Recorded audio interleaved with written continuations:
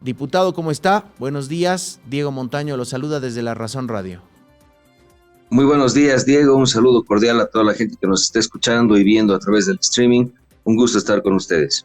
Igualmente, gracias, diputado. Bien, tenemos varios temas que queremos hablar con usted. Vayamos por el tema de lluvias. Usted ha sido muy crítico de la gestión del alcalde Iván Arias por varias aristas. Una de ellas, el manejo de esta época de lluvias. ¿Cuál es su evaluación? Ya han solicitado, usted decía, iban a solicitar un informe oral al que generalmente no se ha presentado el alcalde Arias. Así es, estimado Diego. Ustedes verán que realmente la época de lluvias nos agarró de manera prematura. Hemos tenido la desgracia de Bajo Llojeta con el fallecimiento de una pequeña niña. Claramente aquí el alcalde trató de excusarse en los límites cuando existe otro tipo de evidencia. Nosotros hace unas 3 semanas presentamos algunas notas que mandaron vecinos de la urbanización San Pablo en julio del año pasado, 4 o 5 meses antes del desastre, pidiendo que se haga una inspección, pidiendo que se haga una fiscalización territorial y, por supuesto, advirtiendo que podría pasar un desastre. Nada de eso hizo la alcaldía, es un claro incumplimiento de deberes y además por las imágenes se puede ver que incluso se hizo la entrega de un plan vial en un lugar donde no se podía construir. Por lo tanto, se puede comprobar una clara negligencia y además, lo peor de todo, una intencionalidad justamente de estar en favor de unos en desmedro de otros, sabiendo que es un lugar con avasallamiento. Yendo ya al tema de riesgos de fondo, el propio alcalde publicó en su momento que no se había terminado de ejecutar el presupuesto de riesgos que asciende más o menos a 170 millones de bolivianos. Para diciembre se había ejecutado alrededor de 130, dejando unos 40 millones todavía sin ejecución. No sabemos si eso todavía se ha ejecutado. Y vemos claramente que La Paz es vulnerable ante la lluvia, ante el clima. Llueve 5 minutos y La Paz se convierte en Venecia.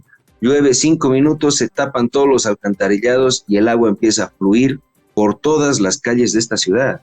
Lo peor de todo es que hay mucha obra inconclusa, como la Abdón Saavedra, lugares que se vuelven un barrial, un lodazal completo, porque no hay la conclusión de estas obras y más bien con estas lluvias tienden pues a empeorar sus condiciones y hacer mucho más largo el tiempo después de recuperación. Claramente aquí el alcalde ha fallado totalmente en la planificación. Sabemos también que hay una deuda altísima con las personas, con las empresas que hacen la limpieza de escombros con maquinaria pesada. Pensábamos, porque nos llegaron a hacer una denuncia, nos mandaron notas, de que esto ascendía a 37 millones de bolivianos. Sin embargo, ya habiéndolos visto y recibido y después de la acción que han tenido ellos hace una semana o dos, se acordarán en el consistorial, la deuda asciende a 70 millones de bolivianos, que no se ha pagado. Entonces, hoy estamos realmente a merced del clima. La autoridad no cumple su rol, la autoridad no cumple con los pagos y deudas que tiene, y lo peor de todo es que el paceño tiene que esconderse de la lluvia, tratar de no salir cada que el clima se pone mal, como ahora, ¿no? Ahora estamos viendo que seguramente va a llover más adelante y vamos a ver las calles de la ciudad seguramente inundándose, lo cual es lamentable y es una muestra clara de negligencia.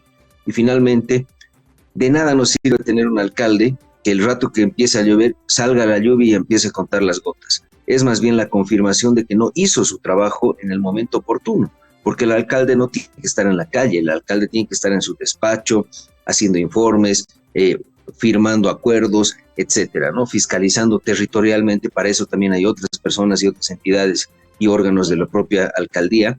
Por lo tanto, acá realmente vemos una alcaldía muy improvisada, lamentable, y que encima genera conflicto, como es el tema del pasaje, que seguramente lo vamos a charlar en un momento.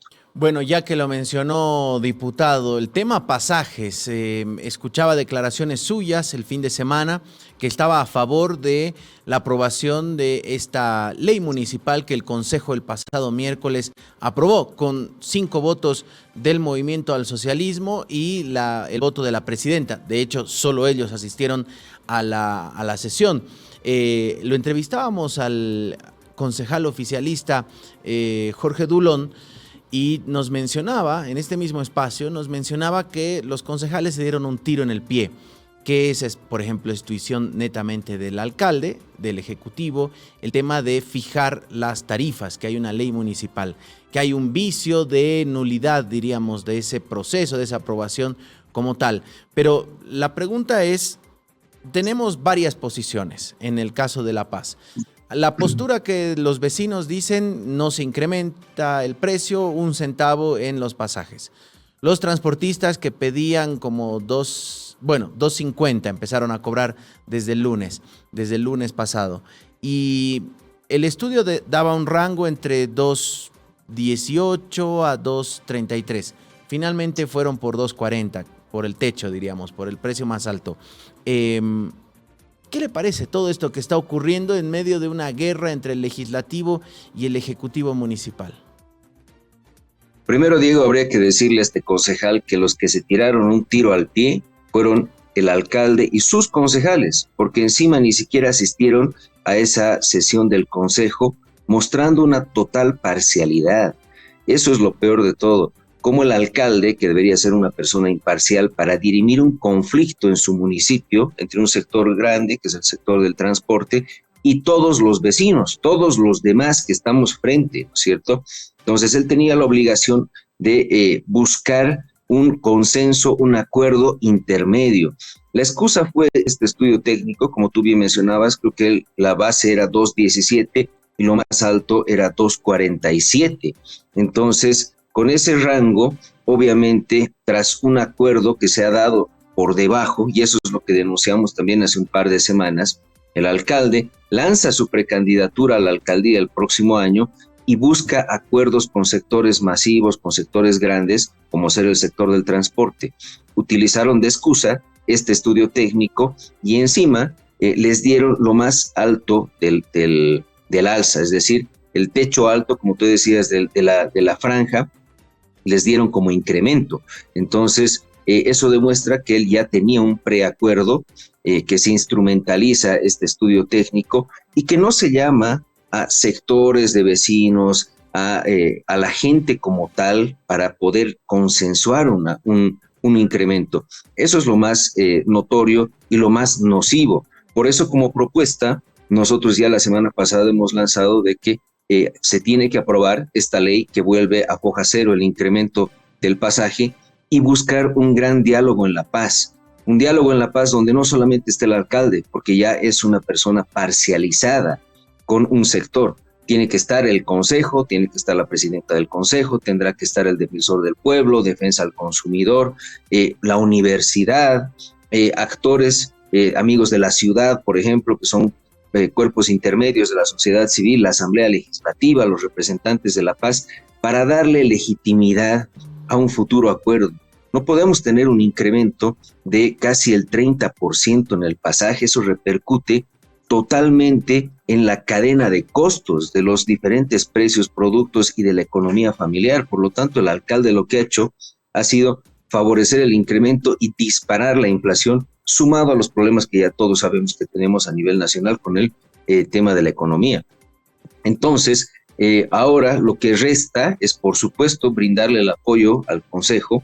Se tiene que volver a foja cero y se tiene que llamar a este gran diálogo, porque es un conflicto artificial que lo creó el alcalde. Y el alcalde ahora ya no es una persona lo suficientemente imparcial y con credibilidad para guiar este acuerdo. Por eso tiene que emanar de un diálogo que se tiene que dar, porque ciertamente aquí tanto vecinos como transportistas tienen algo de razón. Por eso tenemos que llegar a un punto medio. No puede ser una imposición y no puede ser una excusa de un acuerdo político. Por eso el alcalde hoy, por su improvisación, ha generado este conflicto que nos hace pelear a los vecinos de La Paz contra los transportistas, ciudadano contra ciudadano, y eso es lo más lamentable, porque La Paz no necesita más conflicto, necesita más bien consensos y acuerdos, y el alcalde lastimosamente se aplazó. Y ante ese desastre, por supuesto que tiene que ser ya el diálogo quien nos ayude a salir de este problema. Ahora, la pregunta es, diputado, ¿quién convoca a este diálogo? Porque ahora estoy leyendo una invitación a la Asamblea de la Paceñidad, que hoy, ahí está, muchas gracias, que hoy la presidenta, la FEJUVE, bueno, dio a conocer el fin de semana, pero hoy se va a llevar a cabo en las instalaciones de la gobernación, en el Salón Tupac Katari, a partir de las 18 horas. Están ahí las firmas de justamente las diferentes juntas vecinales, las diferentes zonas de La Paz. Pero aquí van a estar, diríamos, solamente FEJUVES. La pregunta es, ¿quién va a propiciar el diálogo? Porque le preguntábamos esto a la presidenta Lourdes Chambilla, a la presidenta del Consejo, y nos decía, yo no voy a convocar a ningún transportista. Tiene que convocar el alcalde y nosotros asistimos. En este diálogo de sordos, ¿quién va a ser el que va a convocar a esta asamblea?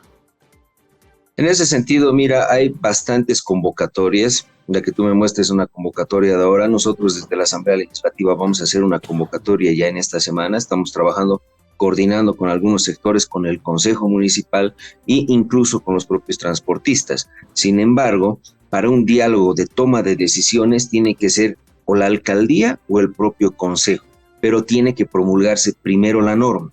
Es aquí cuál va a ser las formas o los procesos. Yo creo personalmente que primero se tiene que promulgar la norma de foja cero del alza de costos del transporte para luego poder nuevamente volver a tener un diálogo con confianza. Si no se hace de esa forma, por supuesto que va a tratar de ser una imposición o una manipulación. Si tenemos todavía los precios como están ahora, por supuesto que tampoco nadie va a asistir. Creo yo que no nos equivoquemos, que el alcalde no se equivoque al no promulgar la norma, porque eso le permite todavía tener oxígeno político. Si no lo hace, por supuesto que está atentando contra el bolsillo de todos los paceños y pierde legitimidad.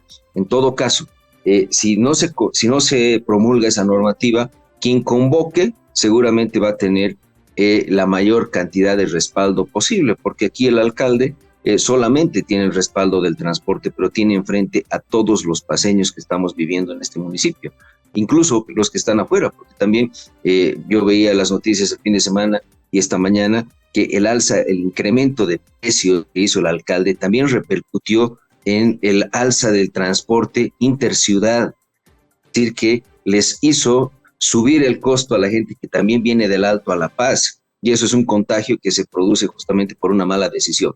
En ese sentido, todas las convocatorias hoy al diálogo son importantes. Sin embargo, primero, la promulgación de esa norma que nos lleva a foja cero con el alza del transporte, y segundo, este diálogo que tiene que empezar con confianza y con todos los actores vivos de La Paz. Ahora, hay información también que concejales quisieron convocar a una asamblea de la paceñidad, pero Control Social les dijo, ojo que esa es decisión solamente del alcalde. Entonces, realmente parece que vamos a entrar en un círculo vicioso de quién convoca al diálogo y quién impone su norma. Es una falsedad eso de que solamente el alcalde puede convocar a la Asamblea de la Paceñidad. La Asamblea de la Paceñidad puede ser convocada incluso por nosotros parlamentarios, porque es en defensa de los paceños. En ningún lugar dice que el alcalde es el único que puede convocar. En todo caso, la convocatoria que venga de la alcaldía o del Consejo Municipal tiene que ser justamente para poder retomar el diálogo. Lo que está haciendo el alcalde más bien es todo lo contrario, se está atrincherando en una posición donde él no quiere ceder, y es más, está obligando a los paceños a pagar el incremento, lo cual es terrible y lamentable.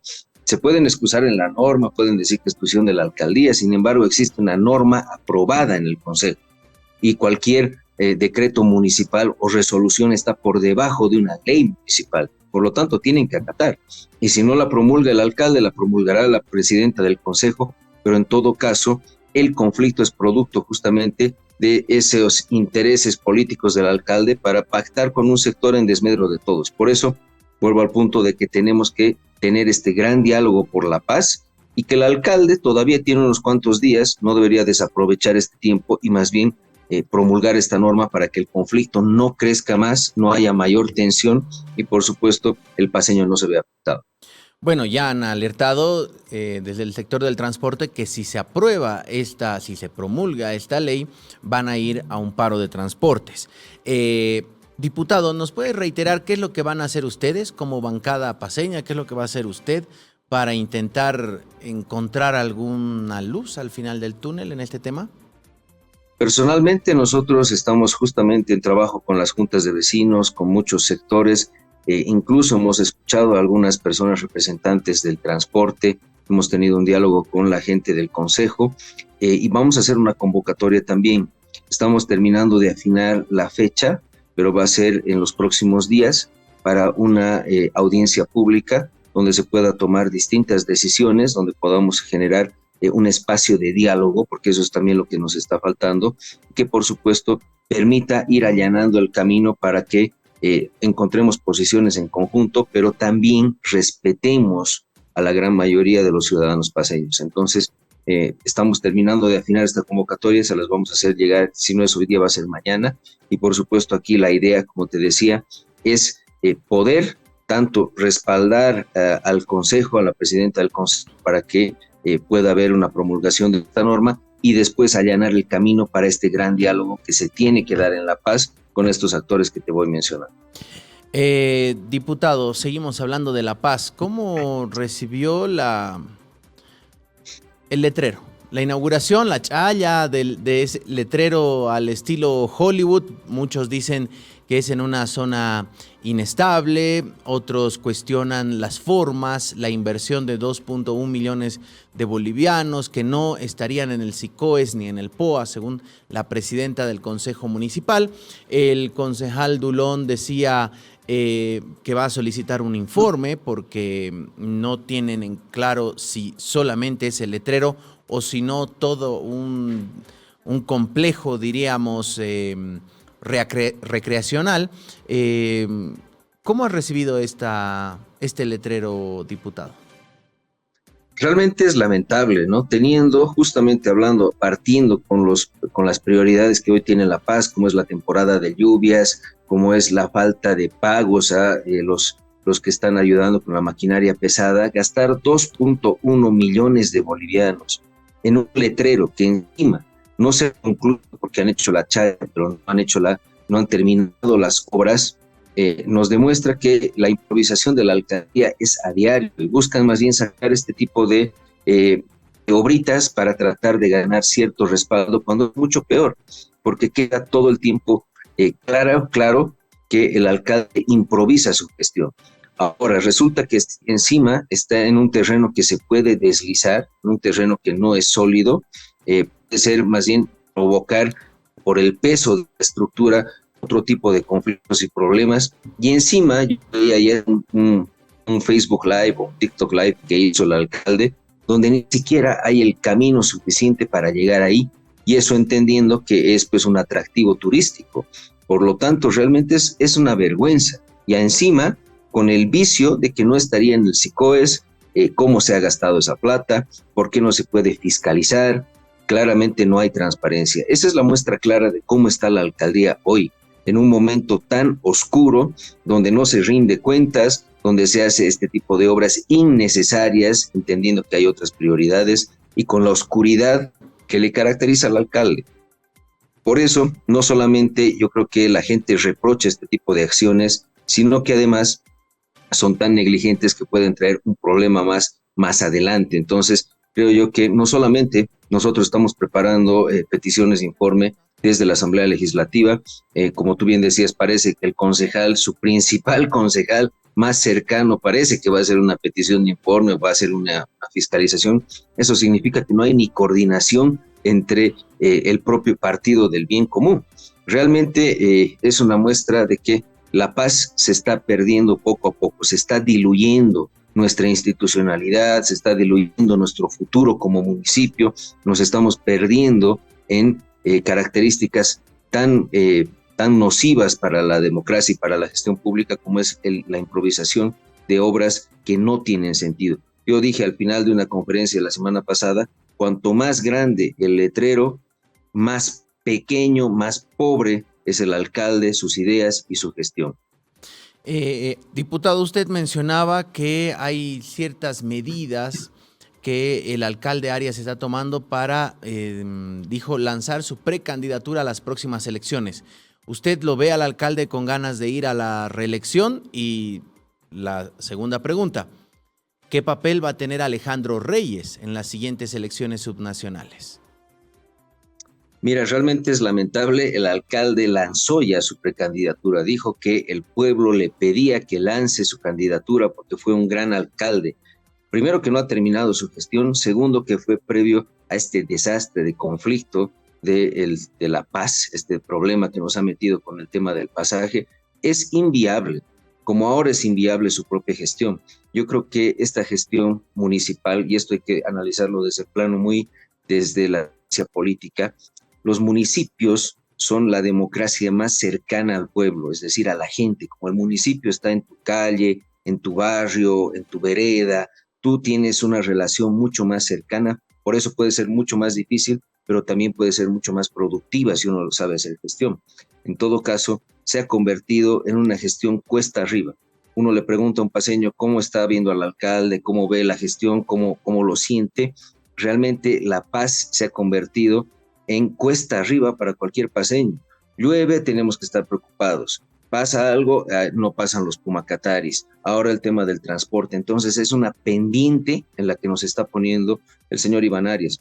No tiene para mí condiciones para una reelección. Ya no tiene equipo, no tiene prestigio, no tiene un partido, busca alianzas y nadie los recibe. Por lo tanto, es una gestión inviable y es una candidatura imposible la que está buscando el señor Iván Arias. Y con respecto a mi persona, bueno, nosotros estamos en el plano nacional construyendo la Alianza de la Unidad. Creemos que la unidad es lo que necesitamos hoy como bolivianos. Nos está pidiendo el pueblo boliviano que podamos generar una propuesta, recuperar participación, recuperar liderazgos, generar esos vínculos nuevamente con la población, y esa misma alianza tiene que aterrizar en el nivel subnacional. Si me preguntas a mí por mi participación, creo que hay que participar en las dos. Tenemos que estar en el plano nacional y, por supuesto, en el plano subnacional, en el municipio de La Paz. Yo creo que La Paz la tenemos que recuperar, pero la tenemos que recuperar no solamente con discurso, sino que necesitamos hacer una simbiosis entre experiencia y juventud, entre capacidad técnica con experiencia de muchos años de gestión. Tenemos que recuperar a los mejores gestores que tuvo La Paz en diferentes gestiones, y tenemos que proyectar y darle futuro a muchos jóvenes que se nos van de La Paz. Yo tengo 36 años y muchos de mis amigos con los que fui a la universidad, al colegio, etcétera, si no se han ido a Santa Cruz, se fueron del país, pero de que se queden en La Paz, muy pocos. Y hay que poder entregar nuevamente esa visión de futuro, de poder vivir, de poder emprender, de poder trabajar de nuevo en La Paz. Y eso solo se va a hacer con una articulación importante, una propuesta y la confianza que puede dar un bloque, podríamos decir, con experiencia y cuenta. Diputado, ya que usted mencionaba este bloque de unidad rumbo a las elecciones generales de agosto próximo, ¿cómo va este proceso de unidad? ¿Hay tensiones entre, de repente, los dos personajes que más están aparentemente disputando?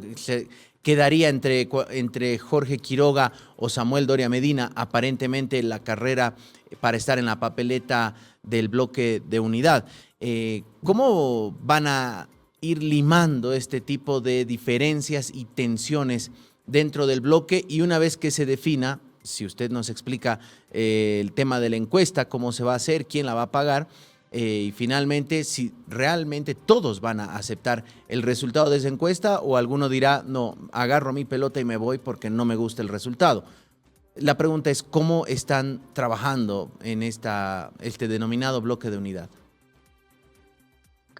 Bueno, lo primero que te puedo mencionar es que, como todo en política, el bloque está constituyendo por una demanda social de que necesitamos unidad y necesitamos una alternativa y necesitamos a los mejores hombres para sacar adelante un país que está en crisis terminal, podemos decir, que necesita mucha capacidad para sacarlo adelante. Entonces, el bloque se constituye con Carlos Mesa como facilitador y mediador, y obviamente existen otros precandidatos. Estos precandidatos tienen la capacidad de generar su propia campaña interna. El mecanismo para ver cuál es el candidato idóneo, cuál es el que tiene mayor aceptabilidad en la población, es la encuesta. todos acordaron que la encuesta iba a ser el mecanismo para definir candidato, y en eso también se construye poco a poco el lineamiento de la alianza, las representaciones se irán eligiendo después, pero todo dentro del marco del acuerdo, este marco macro que nos permite generar la unidad. Ha habido mucho ataque desde afuera, incluso desde adentro. Hay gente que busca espacios o que quiere aterrizar en candidaturas más importantes y trata de sabotear. Sin embargo, creo que ya todo eso se ha ido subsanando. Ya hemos podido avanzar, y eso significa que se está creando esta unidad cada vez con mayor solidez. ¿Qué es lo importante de ello? Creo que los precandidatos han entendido que no pueden salirse, no pueden tomar sus propias alianzas e irse. Creo que ya estamos todos dentro del marco de un acuerdo, y ante eso la reacción es favorable porque ya tenemos la comprensión de que todos tenemos que luchar, que si se sale no, simplemente la unidad ya no funciona.